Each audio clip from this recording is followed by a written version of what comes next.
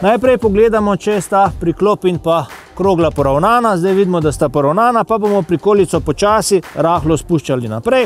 S tem si bomo pomagali z ročno zavoro. Takole nekje. Zdaj smo priklop namestili nad samo vlečno kljuko in zdaj počasi spuščamo prikolico na vlečno kljuko. Kolo se je dviglo. Prikolica še ni zapeta, ne da? Takole. Tukaj pa zdaj vidimo, da se je prikolica zapela. Tale protinihajni priklop, ki nam dodatno olajša vožnjo same prikolice, bomo potisnili navzdol. Takole dol. In tukaj, če dobro pogledamo, imamo indikator, ki nam kaže, zeleno polje nam kaže, da je prikolica pravilno priklopljena. Seveda pa je potrebno še namestiti tole varnostno jeklenico, ki jo namestimo okoli priklopa. Lahko pa karabin zapnemo tudi za tale poseben del, ki ga vidimo na tem priklopu, vendar večinoma priklopi tega nimajo, zato pač jeklenico namestimo okrog samega priklopa. V primeru, da bi prišlo do odklopa prikolice, bo seveda avto šel naprej, prikolica bo padla dol, tole jeklenico bomo potegnili in s tem bomo aktivirali zavore na prikolici, ter prikolica se bo tako ustavila na voznem pasu. To je namen te jeklenice in obvezno mora biti pripeta.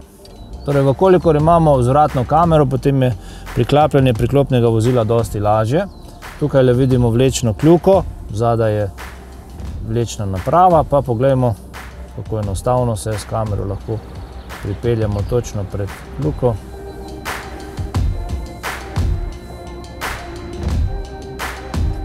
Če smo sedaj prikolico priklopili, lahko tole ročno zavoro spustimo, še enkrat preverimo, zadeva je odlična, potem pa nas čaka še priklop električnega priključka. Tukaj imamo zdaj sodoben 13-polni vtič, medtem ko imamo še veliko priklopov za 7-polno vtičnico.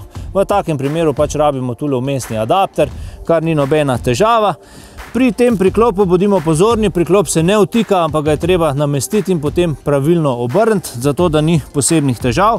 Najprej pogledamo, kje gre priklop skupaj, ga damo rahlo skupaj in potem samo zavrtimo v smeri urinega kazalca. Popustimo.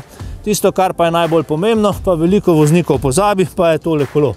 Okolikor to kolo pozabim, potem bomo imeli en kup problemov, zato kolo vedno najprej zavrtimo do konca navzgor, da se kolo zategne v zarezo, potem pa kolo enostavno dvignimo, kolikor se da visoko in zavarujemo proti izpadu. Zelo pomembno je, kako namestimo tale električni priključek. Glejte, če dam takole kabel dol, bo pač kabel začel drsati po tleh, zato ga namestimo tako, da je ugodno nameščen visoko. Prikolica je sedaj pravilno pripeta, sledi pa preverjanje svetlobnih naprav. Pozicijska luč, odlično, levi smerokaz, desni smerokaz, štop luč, zadnja meglenka, odlično, vzvratna luč. Deluje.